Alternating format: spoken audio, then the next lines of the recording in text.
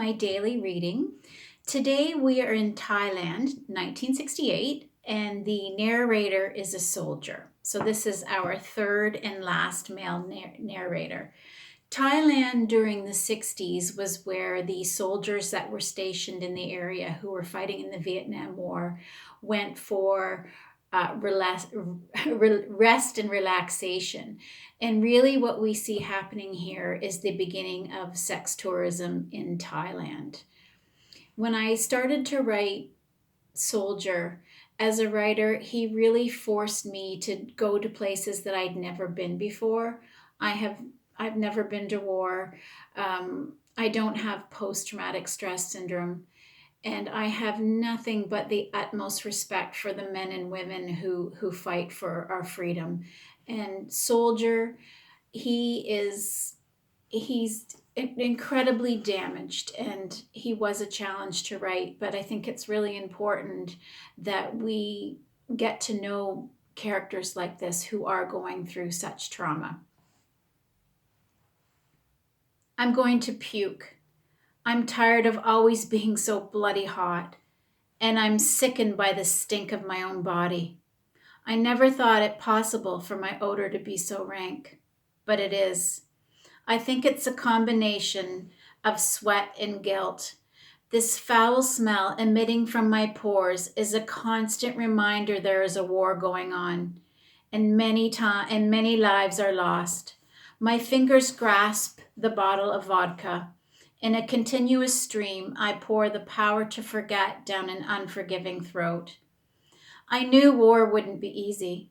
At boot camp, they tell you it isn't easy to be a soldier. They tell you that you'll see your friends die and that you'll have to kill the enemy or be killed. But I had no idea how friggin' hard it would be. Mentally, I tried to prepare myself for what it'd be like to fight for my country, to hold a gun in my hand, to pull the trigger, to fire it into the body of another human being, someone's son, brother, father, or husband. Someone who means nothing to you, but everything to a whole group of people you'll never know. I've killed many because it's my duty.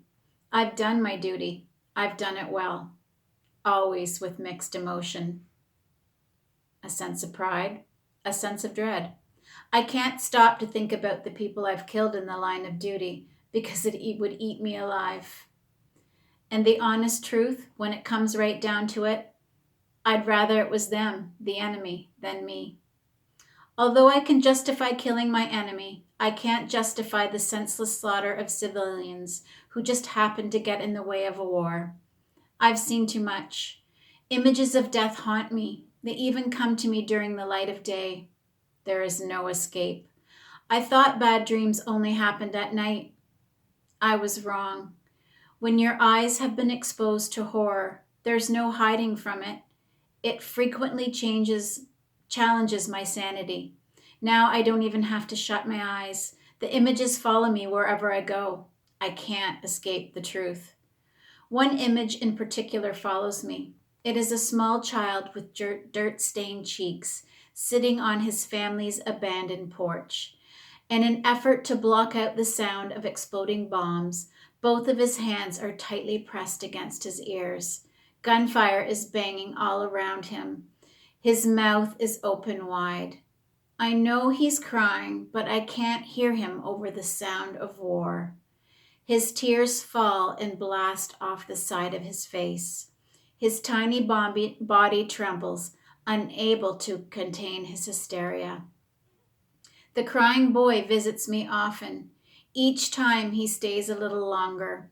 His silent screams are louder. I want him to friggin' stop crying, but he can't. So we cry together. I try to help him. I try to get to him so that I may sweep him into my arms and feel his tiny arms wrap around my neck. I must save this child.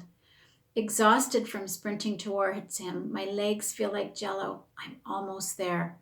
I extend my arms to reach him, reaching desperately for his small body.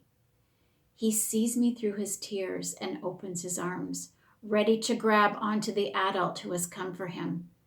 Our fingertips are about to touch when his limp, bloodied body falls to the ground before me. I've been close to rescuing him many times, but I'm never able to. When I don't see the crying boy, I hear him.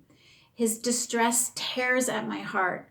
I may breathe, but I'm dead, just like him. Some days I wish a bullet would find its way into my heart, then it would be all over. But I don't really want to die. I want to live. Sometimes I find this surprising because I don't know how to live anymore. Yet there's a small fragment in my consciousness that remembers.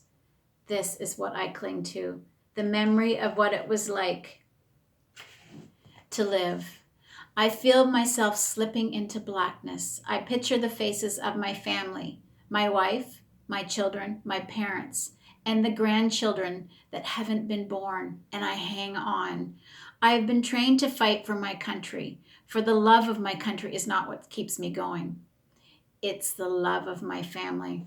I'm not a religious man, yet I find myself praying more often than not.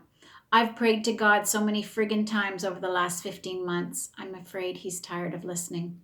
I've prayed for the well-being of my family, for my own life, and the lives of the others fighting in Laos, Cambodia, and Vietnam. I've prayed for all the victims of this war, enemy or not. I've asked God time and time again to end this fighting.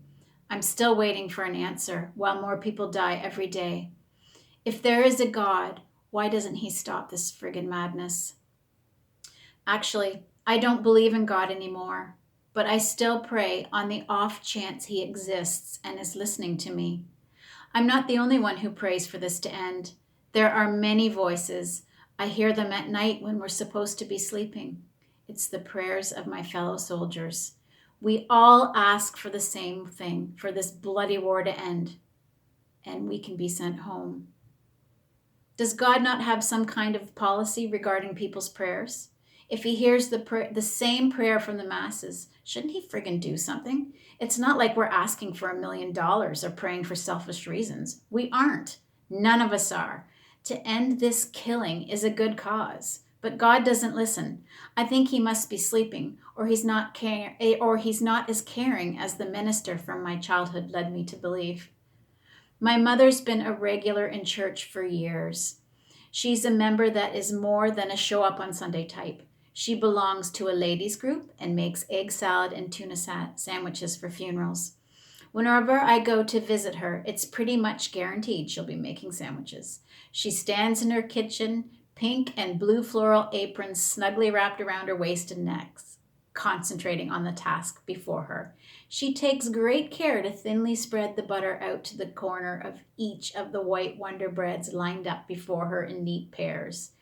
When she's satisfied, she scoops a tablespoon of thinly laced mayo or tuna, and depending on what's required, and meticulously spreads it evenly over the bread with a precision that would make my sergeant proud. One of the last times I saw her, she was making egg salad sandwiches.